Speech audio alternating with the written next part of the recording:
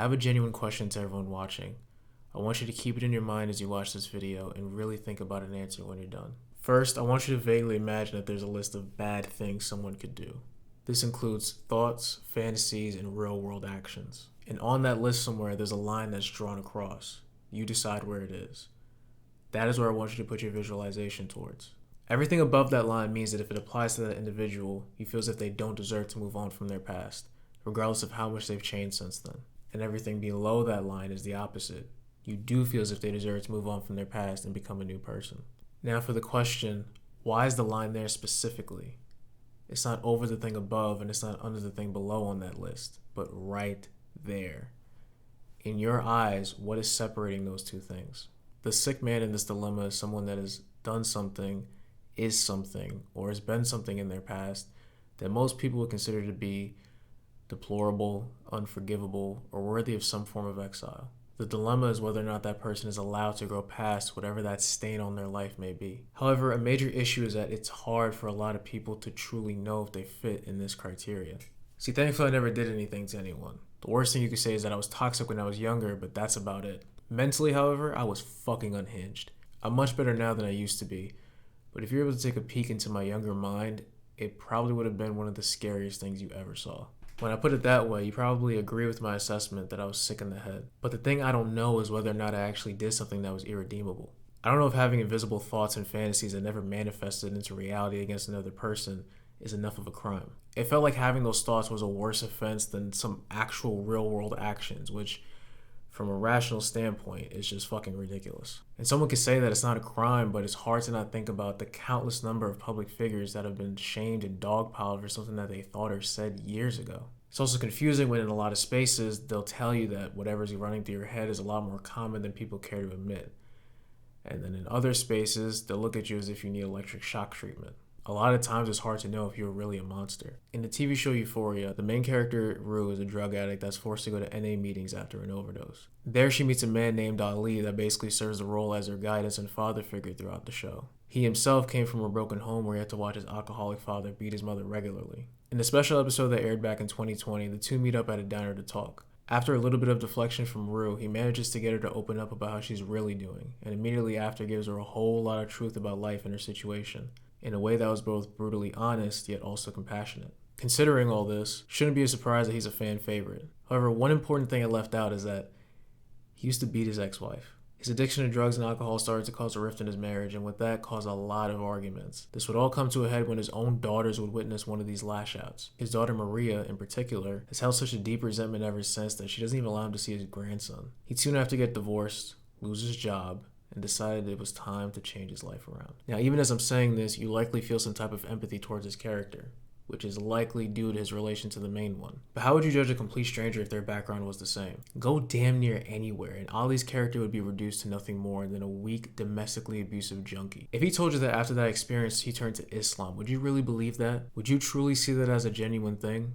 Or nothing more than a cop-out? In recent years, I say there's been an increase in people that are forgiving towards strangers, but I'd also say there's been an increase in those that are fed up with that idea altogether. And unfortunately, I can't even blame them. They always promise how they'll change and how they'll try to be a better person, and oftentimes it just comes off as disingenuous. You got dunces like Fedmeister that thought taking a year off from the internet, getting jacked, buying a dog, and then releasing a corny-ass documentary about it would somehow convince anyone that he actually changed since the prior sexual misconduct that got him booted off the internet in the first place. It's even worse considering he tried copying what another YouTuber, Albert, did after he got caught cheating. Except Albert's video was much better received. Not just because what they did was margins apart, but also likely because the video Albert made came off as genuine and a lot less tone-deaf. Meanwhile, Fed's video felt a lot more like a main character moment. There is no main character moment to be birthed out of sexual allegations. It's just bizarre. His video really pissed me off, not just because it was phony as fuck, but because it just reinforces in people's minds that changing in this context is nothing more than a hollow way of saying, I took some time off. Most people are never even in a position where they actually have to change, so their perception of what it's even like internally is more than fucked. It's pretty obvious I didn't necessarily have the healthiest upbringing. I was already a mentally ill child at birth that was predisposed to more illness, and then got abused growing up by my mother, which then got paired with a lonely adolescence filled with the most amount of repressed emotion. It's no surprise my mind started to corrupt. The way I see it, all that really intense shit people think about and manifest within their behavior all stems from a corruption in their mind. I honestly believe that the majority of people that identify with the sick man role have just been through the type of shit that changes a person. Even though there are definitely signs that there being something wrong with me as a child, I still do view my younger self to be very pure and innocent. I was a kind soul that legitimately wanted to save the world. I wanted to help as many people as I could. I may have been weird, but I was still a good kid. Now, obviously, things would only really go downhill as the years went on. More family bullshit, a toxic relationship, full-blown case of BPD, a pretty heavy porn addiction, and a miserable school life. But in the summer of 2020, something significant happened. As wild as it sounds, I always refer to it as a sadistic awakening. I just wanted to do dark shit all of a sudden, and I couldn't understand why. I used to always have wild fantasies, but this crossed the threshold that concerned even me. I ended up spending so much time simultaneously being scared of what was happening to me, fighting it, and trying to understand what the fuck was causing it. It felt like a separate force in my brain, like a bad influence, like a black section of my mind almost. And at some point, I realized that it was all tied to repressed anger. And sometime after that, I figured that once the source of my rage was gone, that all the bullshit that came with it would go too. Which meant I was not only significantly less scared of it, but I also held out hope. That if I just continued to remain in control of my emotions, that I'll find a way out someday. I remember one of the scariest things about this was that I didn't have anyone to express the actual thoughts to. It's obviously not the kind of thing you just discuss with people. And because of that, it meant the only people I was able to perceive that had the same thoughts as me were the same people that succumbed to them. And this is a huge part of why I felt like I had to make this video. Because a lot of people, more than anyone cares to admit, have intense shit running through their minds that they just can't express. And I don't think regular people understand just how important and significant it is to just see proof that you can have those thoughts and things will still be okay. You have any idea the effect it has to only ever see the opposite? I know it'll likely never happen, but ideally, it'd be nice if people could express intense thoughts and instead of being met with fear or scrutiny, could be met with understanding and reassurance that they as a person are not their thoughts. And more importantly, that actions will always matter more than something no one can see anyway. Looking back, I'd consider this and every other negative influence on my life to be the corruption. This black sprout and spread in my brain. Because I know deep in my soul that all this wild shit is not who I used to be and it's not who I really am. It's instead the gradual stain that life can leave on someone's psyche. One of the most important things I learned is that the more you fear your thoughts, the more they control you. And then you'll really end up doing some shit you never thought possible. Once I learned to live with them, they stopped having power over me. And that came with just knowing that at the end of the day, I'm in full control of my actions. Now I acknowledge that there's a very real chance that my experience with this was rooted in psychosis. The descriptions I've used of it, even the name corruption, I meant it all very literally. No metaphors. But I still think, even metaphorically speaking, it probably still applies to most of you. I met a girl back in high school, and I don't know how, but our conversations very quickly turned sexual. Not towards each other, but in general. And eventually they went from vanilla to very kink-heavy. And at the time I was 16 dealing with a lot, and this girl quickly became my best friend as we were both fucked up and genuinely cared for each other.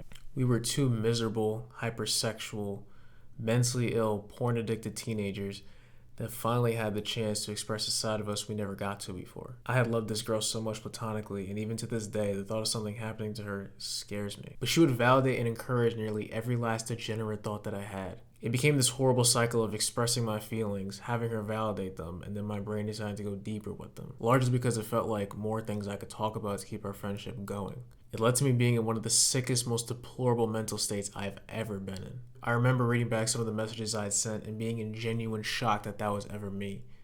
And that almost never happens to me. I remember during that time I loved talking to her because our conversations were so deeply satisfying.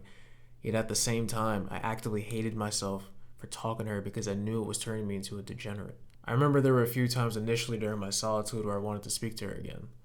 I was on track to dying within a year anyway, so the urge was there, but I decided not to. A couple months would go by, I'd still be in solitude, but she actually ended up calling me, and shortly after that we started texting again. And within nearly no time at all, I had reverted back to the version of me that I wanted to keep dead for so long. Thankfully, however, that came to an end relatively quick. I bring this up to say that enablers are not inherently bad people, and I don't think that girl is either. They only are if they know they're enabling and that what they're enabling is self-destructive.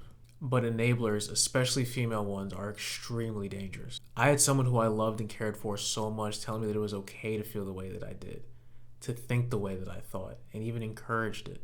It all mixed into making me something that was genuinely unrecognizable. In a way, talking to her actually radicalized me. Even if it's not your fault for knowing or being close to someone that enables you, it's still your responsibility to distance yourself from them. I know it's tempting.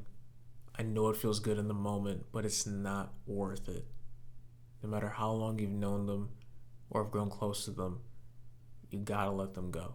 I always found it interesting that I endured a feeling of self-hatred about this was going on, because this was after I stopped believing in the concept of morality altogether. Yet, I still hated myself for turning into something that I myself never wanted to be. Call it pride, call it whatever you want, but there are a lot of things my 6-year-old self never signed up to be. And what I was turning into was one of those things. The biggest enabler you'll likely come across, however, is you.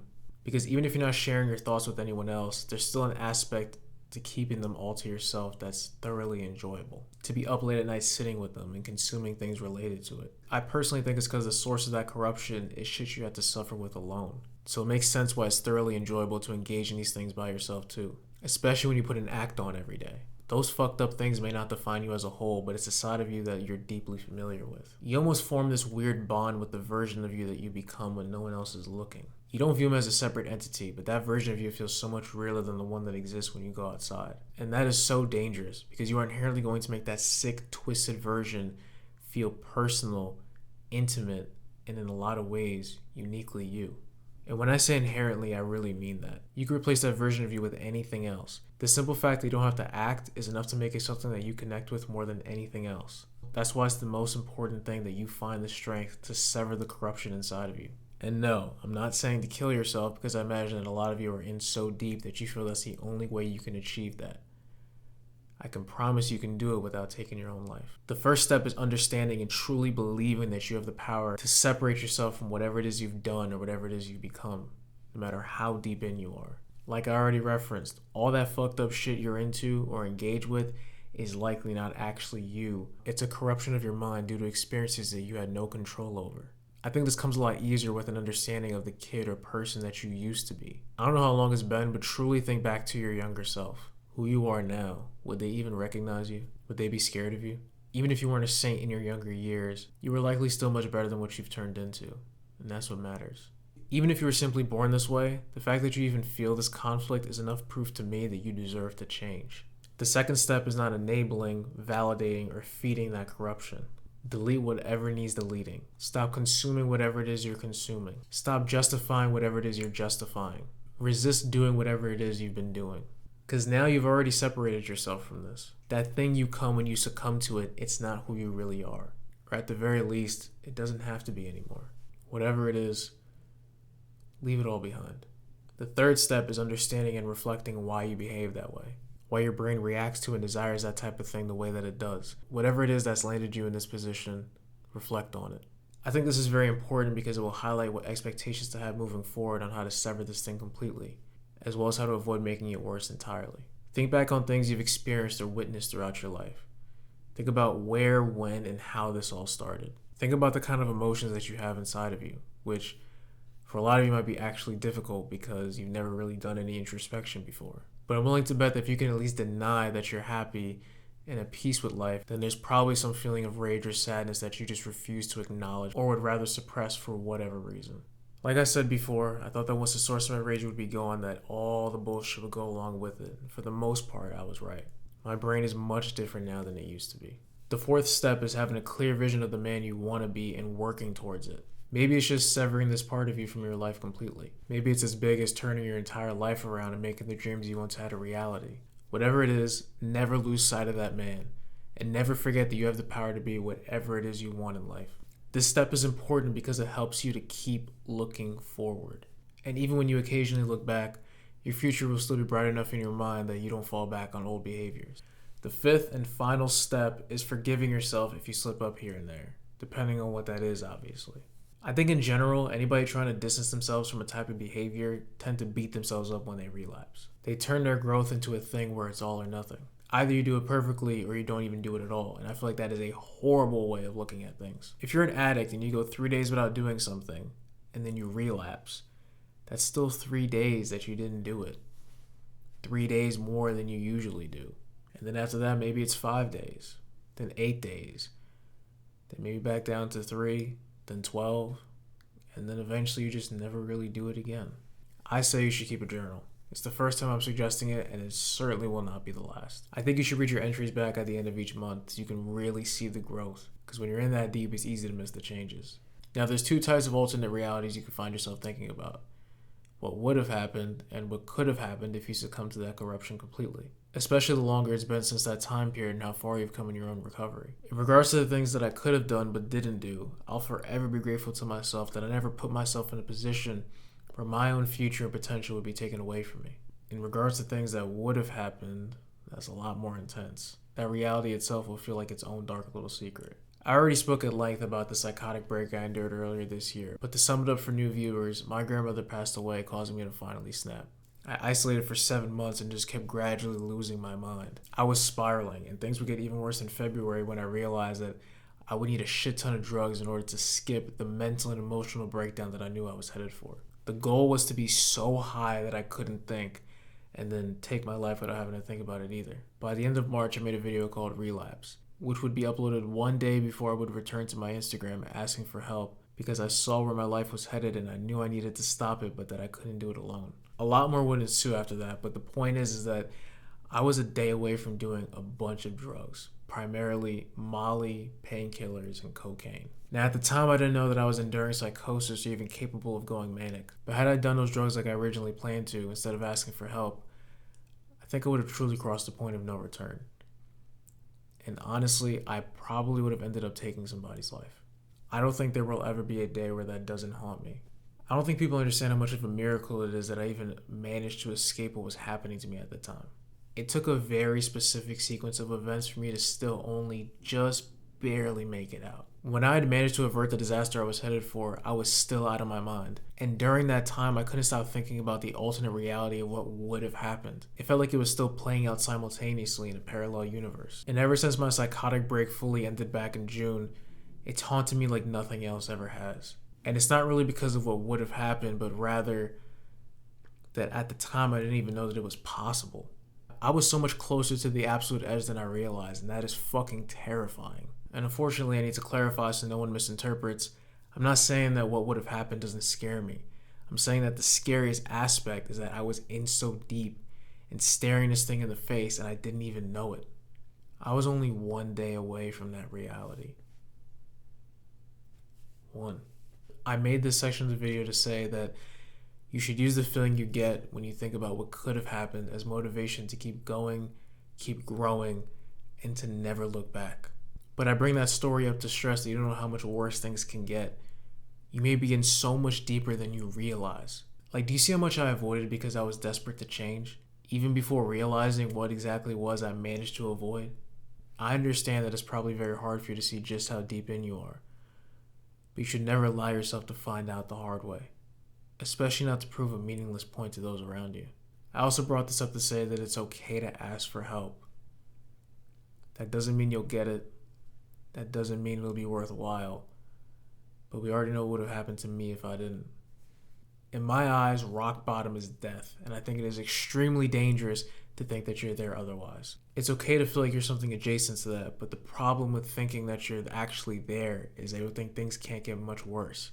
They most certainly can. And so, you'll allow yourself to keep falling deeper and deeper until something happens that you can't reverse. You may not care about your life or well-being now, but if you have any ounce of respect for the person you at least used to be, you won't make things worse for yourself.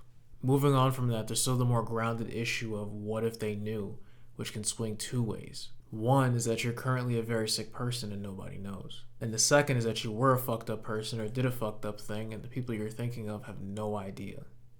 Given the angle of this video, I'm going to focus on the second. Now, I will admit that whether or not you've actually done something to someone makes the answers to this question vastly different. If you were simply fucked in the head and it never manifested into reality against someone else, then I think it's fine and important to just let that shit go. People don't need to know who it is that you were, especially because they're in their life for the new you. Not to mention, people have secrets of their own. That's not to say it's on the same level of whatever you may be hiding, but it's the simple fact that you don't owe anybody that information. I know the guilt is probably very strong, but again, as long as that part of you is truly forever gone, even if it's a constant battle to keep it dead, that's all that matters. If you actually did do something that manifested into reality, then I'd say yes. Even though you don't owe everybody that information, You do owe it to those that care about you. It seems disrespectful not to, especially if you know whatever it is you've done or may have been in the past would feel highly personal to them. Remember that just because you've changed, nobody owes you anything. Nobody has to accept who you've become. Some people will never get past the things you've done long ago, and that's just life. If you're going to change under the demand that no one chains you to your past, then you're not doing it for the right reasons. Consider each forgiving person a blessing and keep moving forward. So to sum it all up, the sick man's dilemma is, even if you change, will it matter? Are you truly allowed to separate yourself from your past? Is change even truly possible for someone like you anyway? Or are you just too broken for that to be the case? I think the answer is that it doesn't matter. Even though there's a lot of guilt and shame that could prevent the growth you want to see because you feel like you don't deserve it, I firmly do believe that at the end of the day, if you truly want to change for all the right reasons, then you'll do it regardless. It's scary wanting to change and putting in the immense amount of work it takes, not knowing if someone will decide to invalidate your current existence by painting it as the previous one, but also invalidating years of work and struggle. Going back to Euphoria, I think this summarizes my point perfectly. Shut the fuck up, man. Excuse me? Shut the fuck up. Don't play that shit with me. I've always accepted you for who you were. The good, the bad, and the ugly. Timmy, shut the fuck up. I'm not some parent you can just treat like shit. Yeah, well, good thing nobody's really looking you to be a fucking parent. Yo, excuse me? Excuse me? When I sit across from you and tell you something about my life, you didn't get to use that shit against me. You cross that line again, we're done. You talk back right now, we're done. One more fucking disrespectful word out of your mouth and we're done. You hear me? Hey, you hear me? Or what, Ali? You gonna hit me?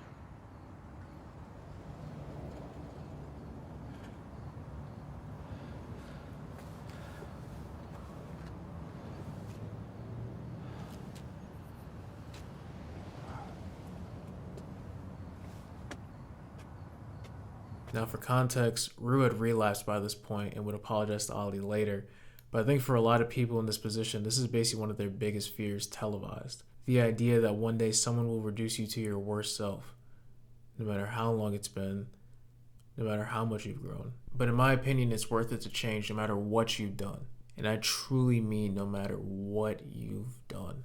If you really believe that where you are or where you were was deplorable and that you want to be better, then be better.